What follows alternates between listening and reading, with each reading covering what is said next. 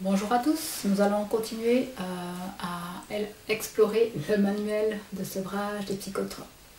Dans cette vidéo, nous allons essayer de comprendre comment choisir quelle molécule arrêter quand on prend plusieurs médicaments psychotropes. Quand on prend un neuroleptique combiné avec un antidépresseur, avec un somnifère, voilà, dans quel ordre il faut arrêter ça.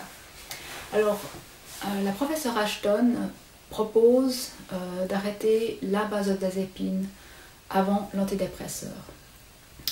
Maintenant, il y a des personnes qui préfèrent faire l'inverse, qui préfèrent arrêter l'antidépresseur et après la benzodiazépine.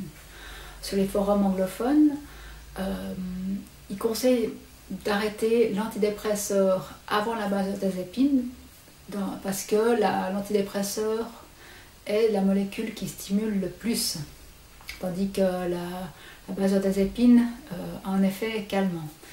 Donc, sur les forums anglophones, ils proposent de sevrer la molécule qui stimule le plus l'organisme en premier et après de sevrer les autres. En effet, si on arrête, selon cette perspective-là, si on arrête la benzodiazépine en premier et qu'on veut arrêter l'antidépresseur après, l'anxiété induite par la suractivation du système nerveux engendrée par l'antidépresseur risque de compliquer le sevrage de la benzodiazépine, parce que la benzodiazépine ayant un effet calmant sur l'anxiété, lorsqu'on la retire, il y a l'anxiété induite par l'antidépresseur, par la suractivation du système nerveux qui refait un peu surface. En inversant l'ordre, en commençant par l'antidépresseur qui suractive, la benzodiazépine qui sera sevrée en deuxième maintient en fait en quelque sorte les symptômes d'anxiété à une intensité tolérable pendant l'arrêt de l'antidépresseur. Donc on a déjà deux personnes qui ne sont pas forcément d'accord, deux approches qui ne sont pas les mêmes de l'arrêt des antidépresseurs et des benzodiazépines, de leur ordre d'arrêt. Mais ça, c'est pas contradictoire, ça dépend vraiment des personnes. Personnellement, je vais vous partager mon expérience. J'ai commencé par arrêter la molécule dont je sentais que les effets étaient les pires. Donc ça, c'est aussi une façon d'arrêter, c'est de stopper en premier, de faire le premier sevrage de la molécule qui a les effets secondaires qu'on supporte le moins. Donc ça peut aussi être une solution. Donc moi j'ai arrêté l'antidépresseur avant la benzodiazépine. J'avais un antidépresseur qui me faisait des telles douleurs à la tête et qui surtout me mettait dans un état d'euphorie et maniaque qui pouvait faire que je passerais à l'acte, qui me donnait envie de mourir. Donc celle-là, elle était plus dangereuse pour moi, cette molécule-là. L'antidépresseur était plus dangereux pour moi sur le moment que la benzodiazépine. Donc j'ai arrêté l'antidépresseur en premier parce que je sentais que les effets secondaires graves de ce produit méritaient que je l'arrête en premier. Il y a aussi les neuroleptiques. Si vous prenez un neuroleptique et une benzodiazépine, les neuroleptiques neuroleptiques et antipsychotiques sont des médicaments qui entraînent des effets secondaires aussi violents, notamment l'acathysie. L'acathysie, c'est une sorte d'agitation interne, de torture interne, où c'est vraiment la personne est torturée à la fois physiquement et moralement, intérieurement. Donc là, le neuroleptique, il faudrait peut-être l'arrêter avant la benzodiazépine, dont le neuroleptique, là, il a vraiment des effets secondaires terribles, Donc on arrête peut-être en premier pour stopper ces effets secondaires-là en premier, puis après on prend la benzodiazépine. Ensuite,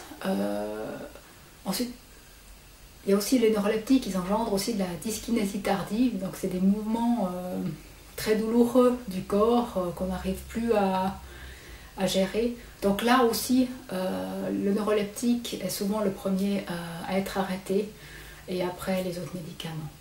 Ensuite, le docteur Breggin conseille que Si vous avez pris un premier médicament, et puis qu'on vous en a prescrit un second pour faire stopper les symptômes induits par le premier médicament, il faut d'abord arrêter le premier médicament et après celui qui vous a été prescrit pour contrer les symptômes.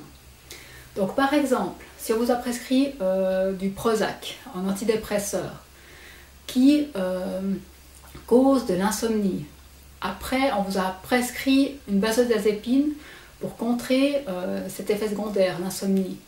Vous aurez meilleur temps de sevrer en premier le Prozac, donc le premier antidépresseur, et après la benzodiazépine, et pas dans l'ordre contraire. Pareil, si on vous a prescrit un neuroleptique et que celui-ci vous a induit des mouvements de Parkinson et qu'on vous a des mouvements moteurs, des troubles moteurs, et qu'on vous a prescrit un autre médicament pour contrer l'apparition de ces troubles moteurs, arrêtez d'abord le neuroleptique et après le médicament qui vous a été prescrit pour contrer les effets secondaires du neuroleptique. Donc voilà, c'est pas évident de trouver l'ordre dans lequel arrêter. Vraiment, faites-vous conseiller aussi par un médecin pour déterminer quel ordre est le meilleur. Et puis aussi, si vous allez tous arrêter tous les médicaments l'un après l'autre ou seulement en diminuer la prise, voilà, c'est quelque chose à vraiment évaluer à chaque fois.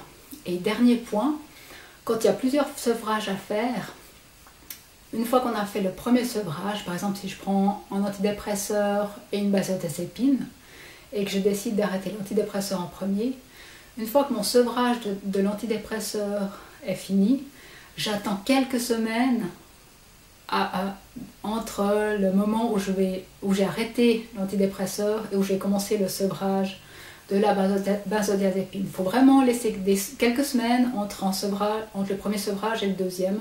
Entre chaque sevrage, il faut laisser un peu de temps à l'organisme pour récupérer et puis pour être dans de bonnes dispositions pour commencer le sevrage suivant. Voilà, j'espère que vous avez toutes les informations pour déterminer l'ordre dans lequel vous pouvez mettre en place les sevrages que vous avez décidé de mettre en place. Si jamais il s'agit des pages 22 et 23 du manuel de sevrage, vous pouvez retrouver toutes ces informations. Merci bien.